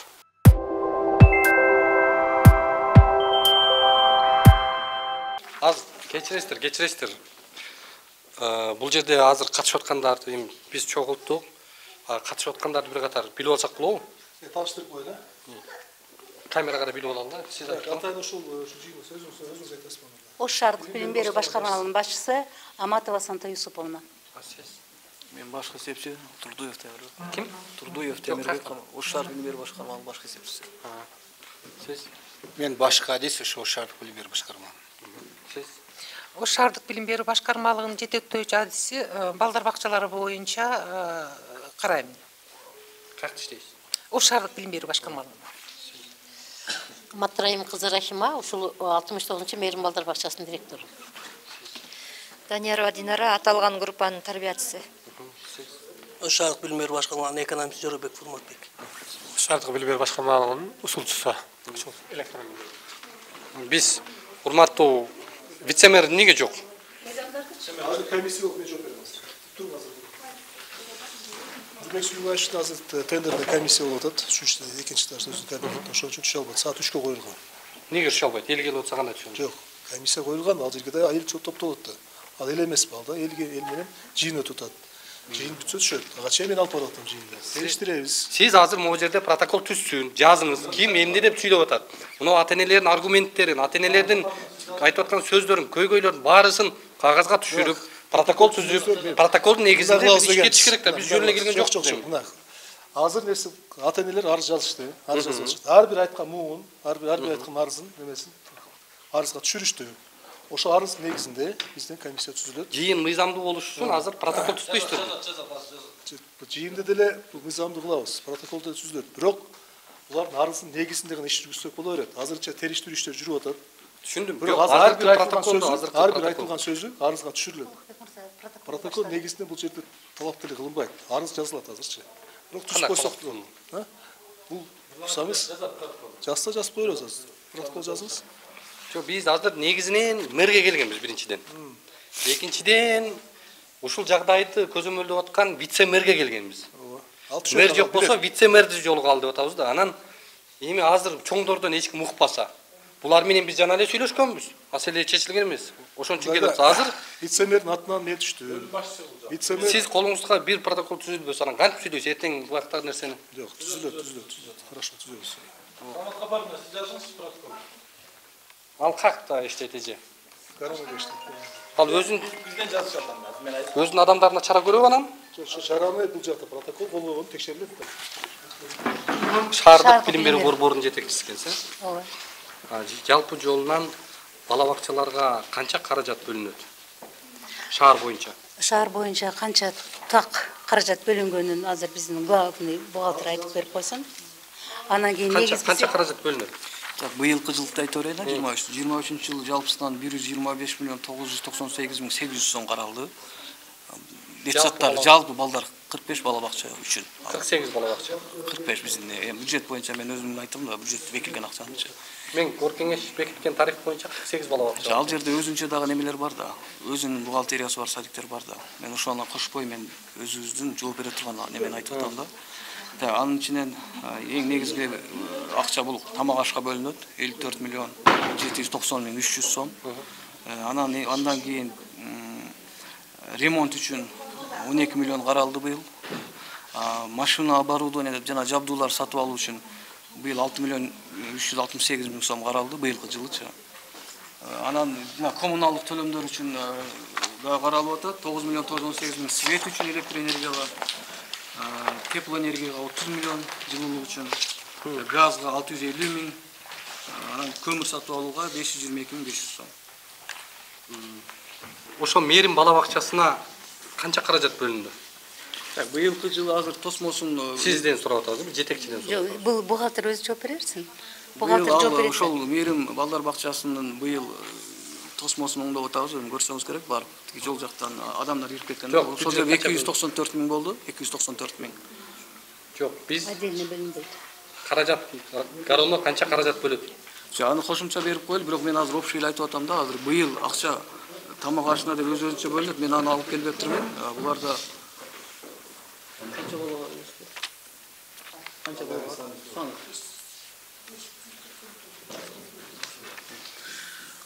Мейли. Аны ташкында берем. Мен аны алып келбедим азыр. Мээрим бала бакчасында канча бала бар? Азыр өзү Канча баланы кабыл алдыңыздар? быйылкы жылы канча баланы кабыл алганын азыр директор өзү айтып берсе керек. Негизгиси ал жерде 600 бала барат. Эмнегеден өзүңүз билесиз, бала бакча жетишпеген деген баарыбыз эле билебиз, бул Кыргызстандын проблемасы. Ошондуктан баланын саны көп. Ал жерде өзү 280 балага орундалган имарат. Биз районун ошол заведующийңыздан сурасак, бирде 700 деди, бирде 500 бир нерсе деди, мындай 600-дүн тегерегинде балдар, эми биз так санды айта албайбыз. Ким билет так санын, ким билет? Жок, так саны эч качан айтылбайт. Эмнегеден балдар келет, кетет. Жок, мындай да. Ооруп калат. Түшүндүм. Бала бакчага кабыл алууда атайын список болот да, канча бала кабыл алынды?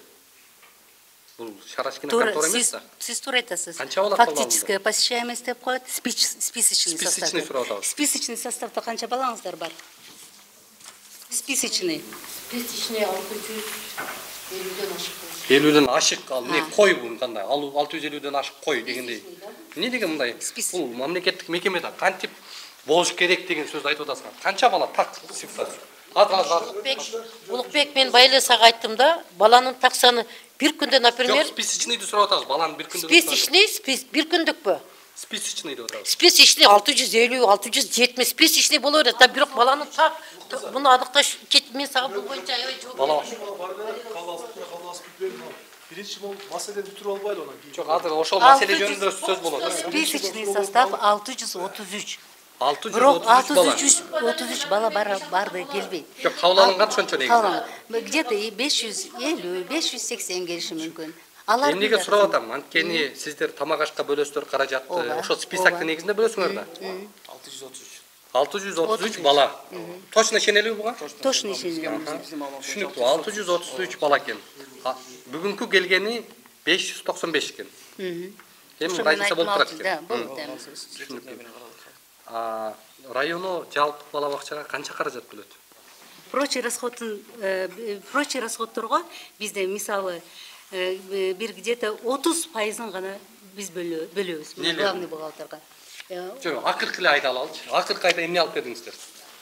Биз мындайда азыр 2023-жылдын бюджети эми бекилди. Өзүңүздөр билесиздер, жакында эле булардан эми заявкалар келип түшө баштады. Булардын заявкаларынын негизинде биз буларга ошол каралган акчанын негизинде эң зарыл болгон буюмдарды, жабдууларын алып беребиз. Нелер? Азыр быйыл азыр бул жерден мындайда азыр бул жерде айтып атпайбы тиги мыломоющийге, канцтоварга да эми ошол да основной проблемалар. Буларга акча каражат каралбайт. Чындыгында бизге акча каражат каралбайт. Машина оборудованияга быйыл 6 миллион 368 миң каралды. Буларды эмнеге иштетебиз? Биринчиден кухонный оборудование алганга 500 миң карадык, эми жалпы бул немеге каралганы. Стулдарга? Ошол 200 стулдарга приобретение стул карабаппыз, обед алабыз деп 200 карадык, ага 175 миң. Анан былтыркы немеден кредиторский карызыбыз бар эле 2 миллион 294 миң. Ошону беребиз и мусорный ящиктерге деп 368 миң карадык да. Жалпы эле бала бакчалар. Бул жалпы 45. Эми мээрим бала бакчасына канча каражат эмне алып бердиңиздер? Жок, буларга эми алып берип баштайбыз да. Себеби быйыл бюджет эми бекилди. Булардын немелерин эми план кирип баштайбыз. Азыр 2 айдан кийин тосмосун жасап атабыз азыр 294 миңге. Башты бүтүп эле калды тосмосу баягы. Булар өздөрү заявка беришет, эң негизгиси эмне керек экендигин. Мисалы азыр тосмосу ачык булардын. Тосмо кылып атабыз. Анан кийин жана сиз прочий расходторду айтып атасыз, туура айтасыз. Прочий расходко негизгиси ата-энелер өздөрү чогултат. 30% гана биз. Эгер мисалы биз бардык бала бакчаларга прочий расходторун 100% бере турган болсок, 28 миллион чогултушубуз керек экен. 28 миллион биз беришибиз керек экен. Түшүндүм. Суроо. Тариф канча? Саплата канча? Кайсы саплата? Питание? Питаниябыз 800 сом. 800 сом. Муну ким бекитип берген? Муну мэрия бекитип берген. Ошол гор кеңеш бекиткен тарифтен кийин башка чогултуу болобу? Жок. Питанияга болбош керек. Жок. Жалпы эле бала бакчага Мэрия, биз өзүбүз Горкеңеш бекитпеді. мэрия, Горкеңеш.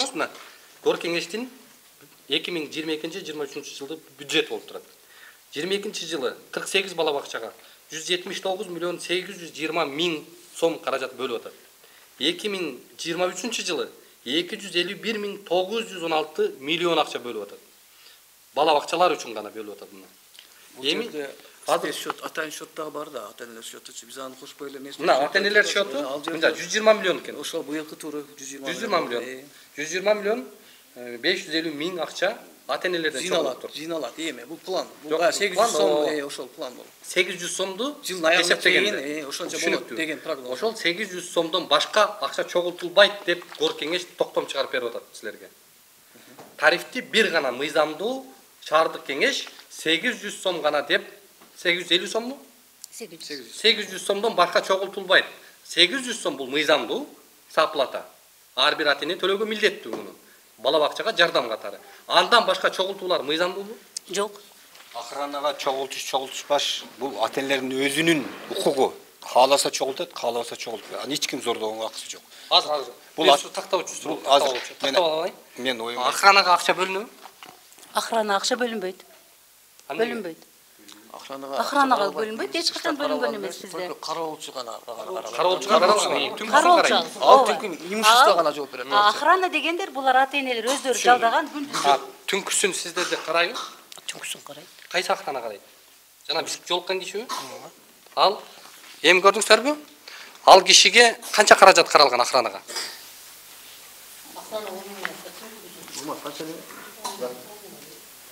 Жети миң 40 урмат. Түнкүсүн караган охрана канча сом алат?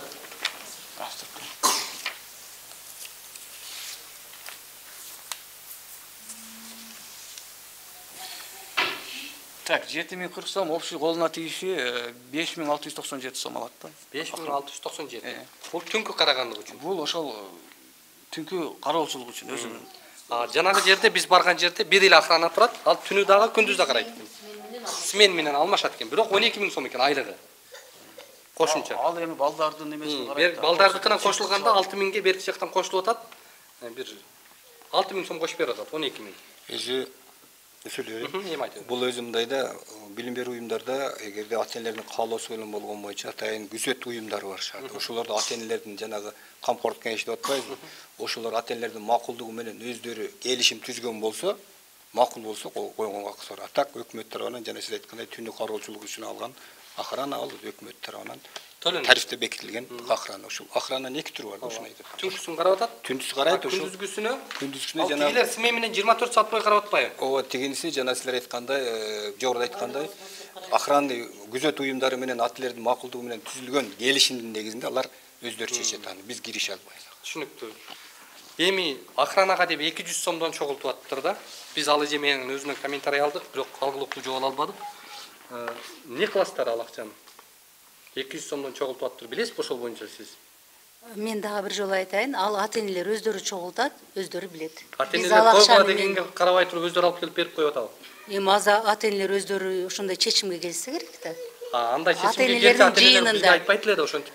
Эми бул ата-энелер кандай ата-энелер экенин билбейм. Мен бардык жанагында азыр көбүнчө ушундай болот да. Азыр сүйлөшүп атканыбызда бул кыздар өздөрү айтты, биз ата-энелердин конференциясында ушундай чечилген, чечим алганбыз деп турабы? Ким сүйлөдү азыр? 600 канча бала дедиңиз? Список 633. 633 мына, көзүңүзчө эсептейли. 633 бала каттоодон өтүптүр. Биз 600 эле бала деп эсептейли. 600 бала. Көбөйтөбүз 200гө. Барабар. 120 миң сом айына түшүп атат. Бул ким алып атат бул акчаны? 12 миң сом охрана алып атса, 120 миң сом каяка кетип атат? Муну директорго суроо бересиз да. Директорго сурадык, ал компетенттүү жооп бере албады бизге. Улукбек, сен аны 600 бул списочный айтып атабыз. Мына мен бүгүнкү келгенин айтайын. 595 адам бала бүгүн келиптир. 595. Бул эми акча чогултуп каяка кетти ошол акча? 120 миң. Бул Улукбек, сен главный бухгалтер болуп алдың да, укам.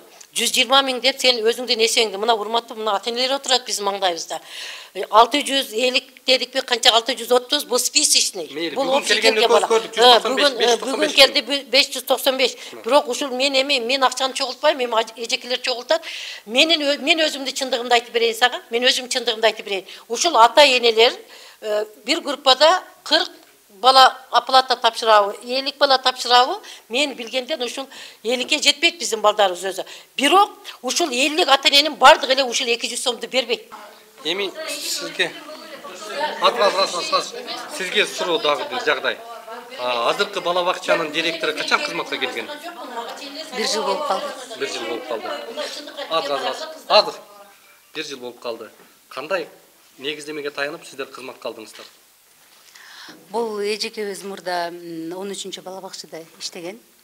Анан кийин биз ал жака ротация кылдык бул эжекени. Ал 13-чү бала бакчага да действительно жакшы иштеген. Ротациянын максаты өзү биз жакшы иштеген бала бакчанын директорлорун поощрение кылып, чоңураак бала бакчаларга өткөрөбүз. Түшүндүм.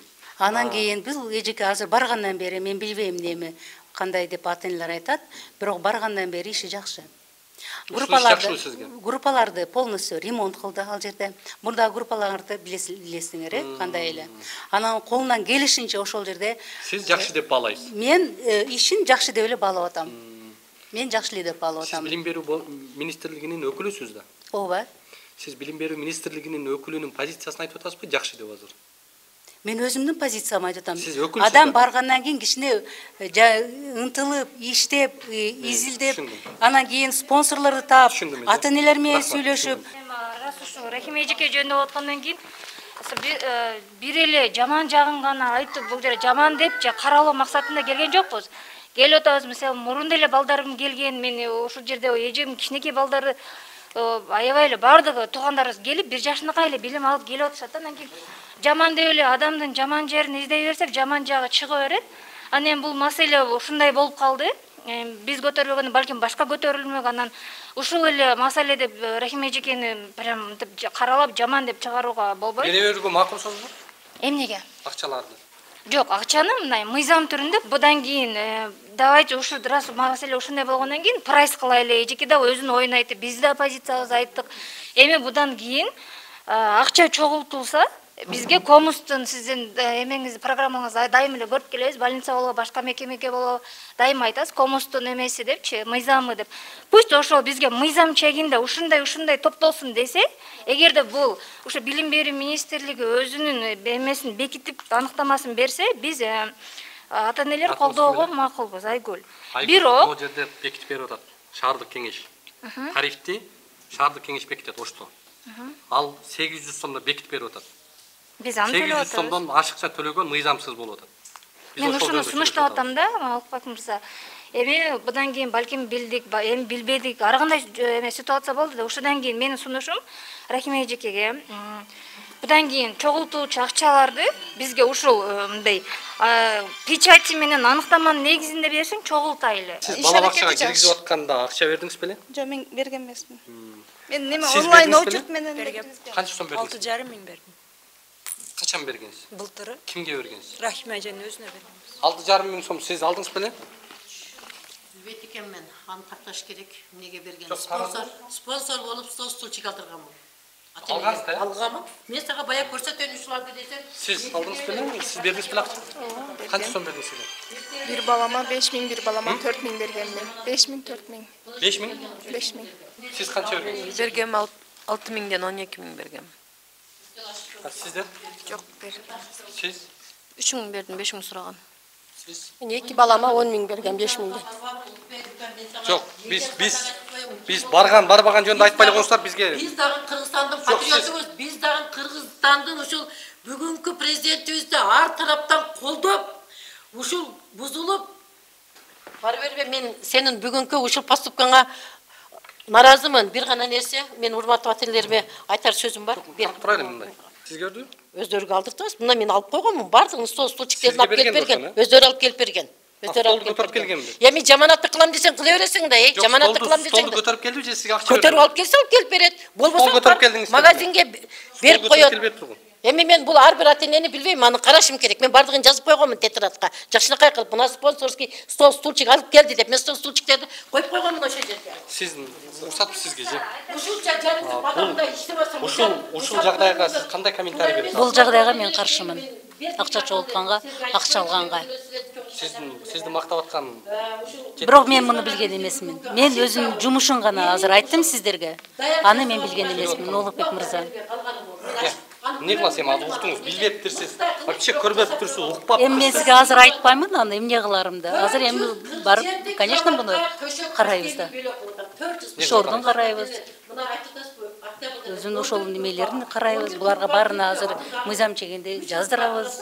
Чын эле ушундай бердиңер беле деп. Жазуу түрүндө берет. Анан ошол негизинде чара көрөбүз да алгандан кийин. Эже, ол дейм, бул жакта угалып. Рахим эже, аны неме кылабыз? Сиздер компетенттүү кадрыңыздар. Так, Рахим эже токтоп туруңуз. 2-3 күндүн ичинде бардыгы болот. Анан бирокчу Шешептер боюнча качан? Рахим эже, ошо качан болот? Шешептер качан даяр болот? Шешепти мына бүгүн понедельник болсо, пятница күнгө, понедельник күнгө уже бардык төшөгү даяр. Просто постельный бельёсы тегип атат. Даяр. Так, урматтуу ата-энелер, урматтуу билим берүү башкармалык кызматкерлери. Урматтуу ата-энелер, башка сурооңуздар барбы? Же жокпу? Акчаны мыйзамсыз сиздер азыр токтосоңуз азыр. Могу акчаны алгандан кийин бул башка бала бакчаларга сабак болуш керек. Эмне үчүн бири-бириңерди жашырып, бири-бириңердин мындай куткарып атасыңар? Бул айтып турсаңыз? Ошондой законду. Бул ата-энеден эмне үчүн акча алдыңар? Акчасын кайтарып берип койгула. Сиз ыраазы болуп бердиңиз беле? Ыраазы болуп деле берген эмесмин, эми балдарым эме болсун деп берген. Эмне үчүн бергенсиз? Эми балдарым садикке кирип калсын деп берген. Мына угуп атасыңарбы? Урматтуу билим берүү борбору угуп атасызбы сиз? Эмне үчүн бергенини? Балам садикке ошо кирип калсын, эптеп садикке берип калайын деп берген. Бербесеңиз неге? Бербесем эми киргизбей койсо деп ойлогом. Биз аны ошо кызым садикке барам деп ниет кылгандан 1,5 жыл электронный кезегибизди күттүк. 1,5 жыл дегенде араң жетип келди. Сентябрда барсам кезегибиз келиптир. Бирок эми спонсорлукка 5000 бересин деп эжеке өзүңүз эле сурадыңыз, туурабы? Эми аны еще электронный кезегим келген. Спонсорлукка эч ким ашып аткандан 5000 мең деп кармата калбайт. Мен мына кызымды төрөйүн деп жүргөмүн. Анан мен уже төрөп атам, роддомго даярданышым керек деп 3000 бердим. Мага спонсор керек десеңиз анан. Ооба, мага спонсор керек болчу. Мен спонсор болуп берип коюңуз. Анан ошентип 3000 бердим. 3000ге деле бала садикке кирчү эле деп эжеке мени жериген. Мен ошол үчүн уже жүрөгүмдө калган. Районо мактап аткан кадр. Мына коррупция. Сизден кандай болгон? Эмне үчүн айтып туруп эле? Менби ушу эки кызым садикке барат эле. Мен ХБКда жашайт эле, ХБКга барат эле, анан ал жактан Западныйга көчүп келгенде ошо Западныйга беришим керек болуп, эжекеге келгенмин, келсем айткан, ошо эки кызыңа ушунча акча берсең алып кел деген, эртең деди, майли деп алып келип документтерин алып келип акча бердим. 6000ден 12000. Ооба. Ыраазы болуп бердиңизби же спонсор болом деп бердиңизби? Жок, эми садикке киргизиш үчүн беребиз да. Сиз бербеңиз. Биз эми жаш семьябыз да, анан квартирант болуп ал жакка жөнөйбүз, бул жакка анан электродный учетке койгон деле болбодук да, бизчи эми анан акча берип эле киргиздик, ошентип эле эки баламды бирдей кылып 1 айдан кийин эле экинчим киргиздим да. Эмнеге киргизесиңер электронный очередь? Бизде адилеттүүлүк, ой коррупцияны жоюп таштадык. Ой электронный эч ким акча албайт. Өзү кезеги келсе эле кирип калат деген системаны эмнеге киргиздиңер? Мен келгенде Рахим эжеке жаңы эле мен келдим, мен бул жерде мен эми таанышып атам деди. Анан кызыңы электронный очередке кой. Очередтен келгенде, пожалуйста, алып келди да. Анан кийин мен өзүм ошол мезгилде колумда да кичинекей кызым болуп, кезеги жок эле акча берип кирип кеттиңиз. Эжеке айтты, электронный очередке кой деди. Жанында даже ассистент кызы бар экен, ошого мен өзүм кое албай койдум да. Ошондо ассистент кызына айтты, кирип жардам берет, койдуруп кой деди. Бирок мен өзүм кое албаганмын, ошо коюп берди. А мен өзүм кирип кайра айттым, эжеке, мен ушунча убакыт күткөн неме возможностьум жок. Эмнеге, мен ошону алып берейин дедим. Эжеке айтты, азыркы мен жаңы келдим, бирок стулдар сынып, аябай эскирип кетиптир. Кааласаң мен акчасын албайм, алып келип бер. алып келип бер деди. А мен колумда бөбөгүм бар үчүн анда канча сом болот? Ошол акчаны сиз өзүңүз эле алып келиңиз дедим. Ошо так точно акчасын билбейм, 3,5 же 4 миң бергем. Ошондо эшеке өзү суммасын эсептеп берген, столдун. Мен өзүм предлагать этип бергенмин. Ушул жерден алып жалпы бала бакчалар боюнча сиз район ушул Ош шаарынын билим берүү борборунун башчысы экенсиз. Бала бакчаларда чогултулуп аткан акчалар кайсылар жарандар төлөөгө милдеттүү, кайсыларды төлөбөй койсо болот? Негизгиси жана биз питанияга 800 сомдон чогултабыз. Ошол мыйзамдуу. Анан 544 сомдон өз каалоосу менен ремонтко чогултат бала бакчаларда. Кааласа берет, каалабаса жок. Калган чогултуулардын баардыгы мыйзамсыз. Сиз ар бир бала бакчанын жетекчисине бул боюнча эскерткенсизби? Эскерткенбиз. Бул жерде бизде Илим жана билим министрлигинин мыйзам буйругу бар. Ал буйруктун негизинде биз да буйрук чыгарганбыз. Ар бир бала бакчанын директору, мектептердин директору келип кол коюп алып кеткен. Ал буйрук менен мектептерде бала бакчаларды таанысаңыздар болот. Сиз азыркы бул жактагы жагдай боюнча жетекчиликке кандай чара көрөсүз? Азыр эми карайбыз. Азыр дагы жазып атышат, өзүңүз көрдүңүз. Азыр дагы кайрадан жазып атат азыркы ата-энелер. Анан кийин аны бардык заявленияларын чогултуп, көрүп, анан кийин сөз чара көрүлөт да эми буга. Эмне чара көрөсүз? Көрөбүз эми. Бала бакчага киргизип атканда акча алган мыйзамдуубу? Жок, мыйзамсыз бул. Өзү мен бардык ата-энелерге ушул момент менен пайдаланып айтат элем. Урматтуу ата-энелер, эч качан бала бакчаны киргизип атканда акча албаңыздар. Эгер сиздер бербесеңиздер, жетекчилер албайт. Берип коюп атат турбайбы? Байкуш ата-энелер бербегиле. Силер берип койсоңор алып алат экен да? Бербеңиздер, урматтуу ата-энелер. Эгер бир жетекчи сураган болсо, анда бизге кайрылыңыздар. Эгер жетекчи сурап бизге кайрылып, мен ошол жетекчи чара көрбөсөм, анда дагы сүйлөшөбүз. Мына маңдайыңызда 10 ата-эне сизге менден алды деп так маңдайыңызга отуруп айтып берди. Эмне чара көрөсүз? Улук мырза, сиз аябай жакшы проблеманы көтөрдүңүз. Негизгиси мен сизге өзүмдүн ыраазычылыгымды билдирем. Бул жерде ата-энелердин деле көбү эле ыраазы болуп атат сизгечи. Рахмат. Мен бир айта турган жер, муну бардыгы жазат, анан кийин кайра дагы заявлениясын алып коюшат. Ишенесизби ушуга дагы ата-энелер? Сиз кантип билесиз аны? Эми ушундай учурларда болгондо бизде. Жазып келесиң. Жазып, жөн эле ошол алып атат, сурап атат деп эле келсе болот да. Ал эч кандай кыйынчылык деле болбойт. Ата-энелерге эмнеге ата-энелер мындай кылат, мен өзүм да таң калам. Сизге жакпадыбы жазган? Бербеш керек. Бербесе кантип киргизет? Электронный очередность менен киргизе берет. Электронный очередностьтар иштебеген үчүн ушулар акча берип атат да. Так, эми антип айтканда мен аябай сону иштеп атса, мен антип айтканда наусман. Эмнеге акча бербеген адамдар кире албай атат? Кезек бар. Электрондук кезек менен балдар алынып эле атат. Анан эми ушундай учурларда болот экен, ушундай жагдайларда болуп калыптыр. Рахмат. Мына көрдүңүздөр, эми качан оңолобуз деген суроого жооп болуп атат да. Качан оңолобуз ушундайлардан, качан кутулабыз, качан ушундай бизде мыйзам иштейт, качан бизде моундай жетекчилерге чара көрүлөт. Урматтуу көрөрмандар, биз азыр Ош шаарындагы бала бакчалардагы чогултуулар жөнүндө атайын сапылатан бекиткен, тарифти бекиткен Ош шаардык кеңешинин төрагасы, Ош шаардык кеңешинин депутаттары бекитип берет. Дал ошол жагдай боюнча азыр Саламан Сатыгулович келдик. Өзүнүн тарифти сурайлы. Саламатсызбы? Кандайсыз? Мен соңун жакшы. Атым Улукбек. Фамилиям Халимам Карбек болду. Тааныбыз. Мен журналистмин байт. Тааныбыз. Иштериңиз жакшы? Жакшы. Отурасыңбы? Отурбай эле ушу. Отура берип чарчадык. Эми бир суроо. Агай. Ош шаарында ушул бала бакчаларга бюджетти сиздер бекитип бересиздер, социалдык мекемелерге. Анан ушу ата-энелерден акча чогултуулар болуп атат бүгүнкү күндө. Бюджеттик эмес чогултууларды кылып, охранага деп, дагы ремонтко деп, дагы питанияга, ушундай бир толтура список менен. Анан эми негизи мыйзамдуу чогулткан?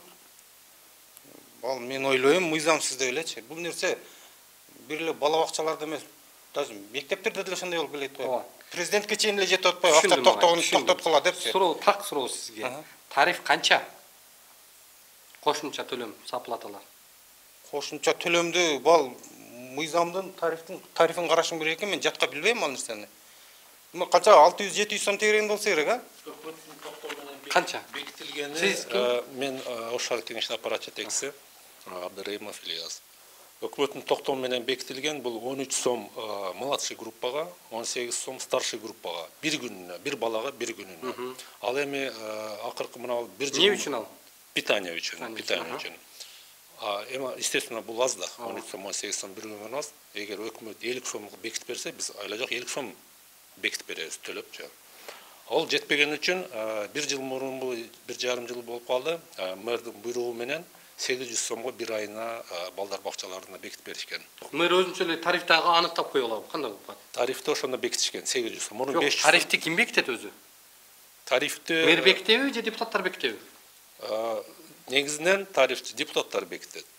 Анда мэр неге бекитип атат аны? Аны ал жактан сураш керек. Негизи Ош шаары менен Бишкек шаарындагы кеңештин депутаттары булар түздөн-түз баарысы бүгүнкү күндө ошол бюджет бекитип, тарифтерин да бекитип берүүчү бул кеңештер, шаардык кеңештер. Эми 800 сом болот атабы? Ошондой болуш керек, 800 сом бекитилген. 800 сомдон башка чыгымдардын баары мыйзамдуубу? Жок. Мисалы үчүн охранага деп акча чогултуп атат. Охранага, киргенге, садикке 5000 деп айтылып атат, 6000 деп айтылат. Алар бардыгы мыйзамсыз. Депутаттардын эң башында төрага экенсиз агай. Төрага катары ошол элден акча чогултуп аткан чиновниктерге, ошол заведующийларга эмне чара көрөсүздөр эми? Ал нерсени биз сессияларда дагы көтөрөбүз. Депутаттар айтышат, мына жерден, мына садикте мындай акча чогултулуп атыптыр. Бала киргенине дагы акча топтоп атыптыр. Акча сурайт экен, пара сурайт экен дегенчи. Айтылганбы буга чейин? Айтылып эле келатат бул нерсечи. Эмне чара көрдүңүздөр? Биз чара көрө албайбыз, аны арыз жазсаң эч ким жазбаса, кантип чара көрөбүз бизчи? Анда мындай. Ал жазбайт, ата-энелер мисалы үчүн арыз жөн айтышат да, арыз жазбайт да, туурабы? Түшүндүм. Азыр мэр жок экен. Башка жака иш сапары менен чыгып кетиптир. Азыр биринчи этажда арыз жазып аткан кишилерге жолуктурсам чара көрүп бересизби? Биз ал арызды жазып келсин бизгечи. Биз аны коргоо органдарына беребиз. Сиз көзөмөлдөп бересизби депутатка? Биз көзөмөлдөп беребиз. Жүрүңүз анда. Биз укук коргоо органдарына көрсөтөлү агай сизге. Президент деле тека чыгып иштеп атпайбы? Сиз биринчи этажга түшүп ата-энелер менен жолугуп койбойсузбу? Макул, жүргүлө. Төраганы көрсө дагы сүйүнүп кичине Макул. Мен көзөмөлдөп берем арызыңарды. Мен ушинтип берем деп турсаңыз жүрүңүз. Мен путум тийип алайын. Перевязка кылдырып келдим эле, тырмагымды кестиргенмин, ошого. Кичине Сиз канча болду келгениңизге? Мен канча жыл болду? 1,5 жыл болду. 1,5 жылда. 2021 келгем да, 21 августта келдим. Кандай болуп атат мында элдин жашоосу? Ошто? Элдин жашоосу жакшы. Сон жаман эмес. Тойга шүгүр деш керек. Жакшы. Нелери жакшы? Кайсы жак жакшы болот? Кайсыл жагын айтайын? Жакшы деген жагыңызды айтып бериңиз. Жакшы деген жагы элдин ачка калган чыгым жок азыр шаарда. Булар азыр кайсыл садик Мээрим деген бала бакча ушундай акча чогултуп атат да. Нурбек каякта отурат вице-мэр. Анан элестетиңиз киргенине 5000 алып атыптыр. Кээ-биринен 6000 алып атыптыр. Бул нерсеничи биз анан айына 200 сомго деп эмеге охрана калат экен. Ремонтко деп 500 сом алат экен. Мага деле канчасы кайрылып келген да. Акча бербесе, али электронный очередке коюп коет экен. Ал электронный очередь жеткичеңди? Жеткиче? Жыйын болот. Азыр именно ушу социалдык блокту көзөмөлдөгөн вице-мэр чогулушта экен, мэр иш сапары менен чыгып кеткен экен. Мына сиз жакшы мындай Кудай жалгап бияк болуп калдыңыз. Мен ушул жерден күндөлүк. Азыр мен кетип калыштыбы ата-энелер? Качан чыгып кетти? Ата-энелер чыгып кеткен турбайбы? Бирок социалдык блокту көзөмөлдөгөн бир эме бар экен, жана ким эле? Закиров Нурлан. Ошондо да арыздарды алып аласыз, көрүп. Алар эми мэрге жазган болсо, катты арыздын алдык. Арыздар элдин арызы ушул жерде. Аз каттайбыз. Мэр жеткен акта мэрим балдар мэрге жазып турду. Бирок сизге деле тиешеси болсо керек эми. Ал жактагы көйгөй.